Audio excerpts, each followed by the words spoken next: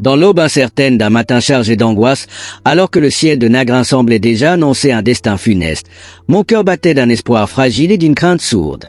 Ce jour-là, ma bien-aimée, fraîchement revenue de Côte d'Ivoire après avoir foulé les couloirs de l'université Joseph Kayserbo, avait fixé un rendez-vous qui, en apparence anodin, se révélerait être le prélude d'une tragédie aux répercussions irréversibles. J'avais pourtant pressenti, dans l'ombre de mes doutes, qu'il aurait suffi de simuler un mal de tête pour échapper à cette rencontre, mais le destin, implacable, m'avait conduit sur le chemin d'une douleur que je n'avais jamais imaginée. Je me rendis donc à Nagrin, sur un terrain vide choisi pour l'apprentissage de la conduite d'une moto, le lieu où se tisserait le fil ténu de nos espoirs communs. Dans cet espace à la fois vaste et désolé, baigné par la lumière timide d'un soleil hésitant, je retrouvai celle qui, de son sourire éclatant et de sa naïveté désarmante, m'avait fait croire que tout serait facile. Je pris alors le rôle d'instructeur, énonçant avec soin les consignes qui, je l'espérais, lui permettraient de maîtriser l'engin. Insère la clé dans le contact, tourne-la doucement vers la droite, appuie sur la touche de démarrage située sur le guidon à droite, engage la première vitesse, accélère très prudemment au point droit, puis ajoute les vitesses au fur et à mesure, tout en gardant la tête haute pour mieux anticiper les obstacles. Chaque mot, chaque geste était chargé de l'espoir de voir naître entre nous une complicité nouvelle, un instant de partage sincère qui renforcerait notre lien. À peine eut-elle répété d'un air enthousiaste « Alléluia !» J'ai compris. Waouh ! Que c'est facile. Que le destin en décida autrement. Elle enclencha le contact, démarra la machine et, dans un mouvement brusque, engagea la première vitesse avant d'accélérer d'un coup, libérant un PAN. Strident qui se mua en un rugissement mécanique assourdissant.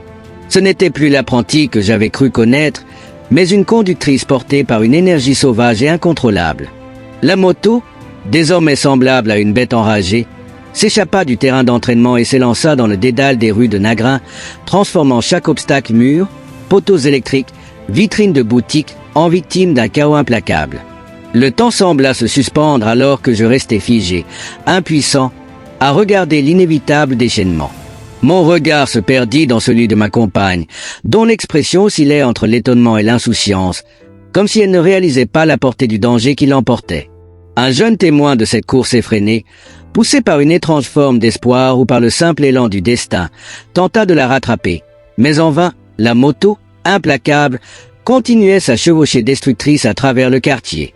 Bientôt, le fracas d'une collision retentit. Elle heurta une boutique et s'abattit dans un fracas assourdissant, soulevant un nuage de poussière et d'éclats qui semblait symboliser la désintégration de nos rêves communs. Dans le tumulte de cet instant, j'entendis, presque étouffé par l'écho du désastre, sa voix qui balbutiait une excuse détachée. « Bébé, excuse-moi, j'ai pas fait exprès. C'est ta moto qui roule vite comme un avion. » Ces mots, aussi légers qu'incompréhensibles, résonnaient en moi comme le glas d'un amour qui se consumait trop vite.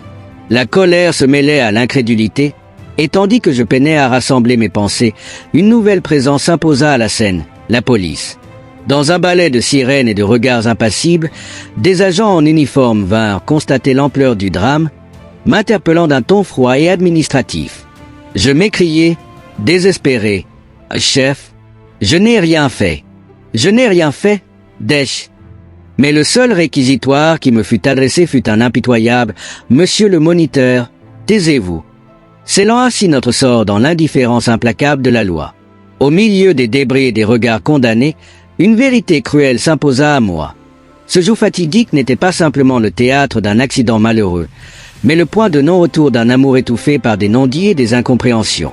Tandis que les procédures s'enchaînaient et que les gestes officiels se succédaient, une douleur plus intime se faisait jour, révélant que, derrière l'excuse banale d'une vitesse incontrôlée, se cachait l'amertume d'un lien qui se délite inexorablement.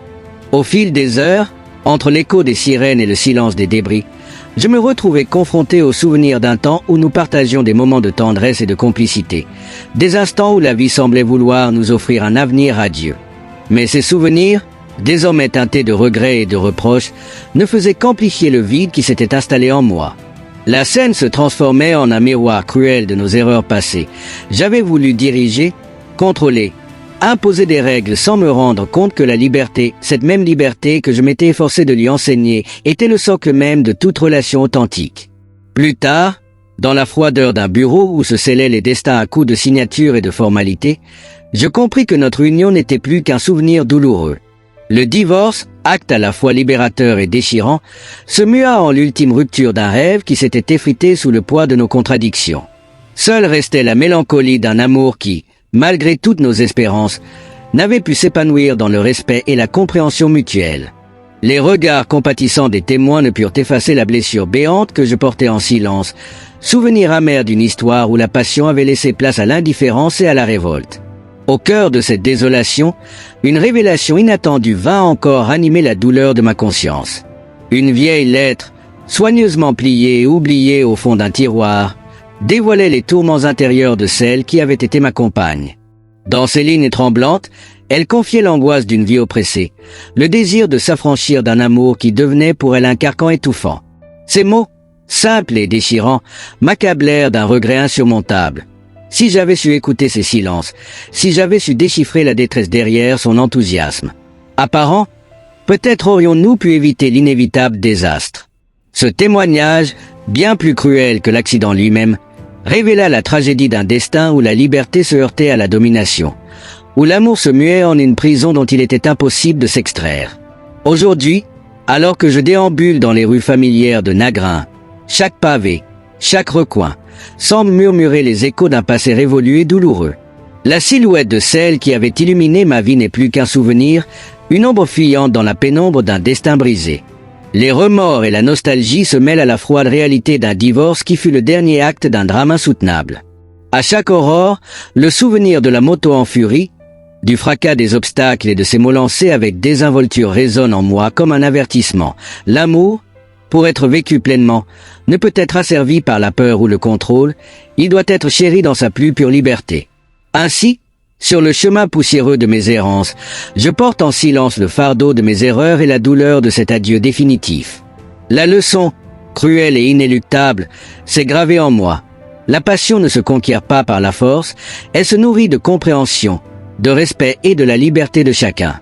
Tandis que je laisse derrière moi l'ombre de ce jour tragique, je sais qu'il ne me reste plus qu'à avancer, malgré les larmes et les regrets qui jalonnent ma route, espérant qu'un jour, la lumière d'un nouvel amour saura panser les blessures du passé et offrir une rédemption à un cœur trop longtemps meurtri.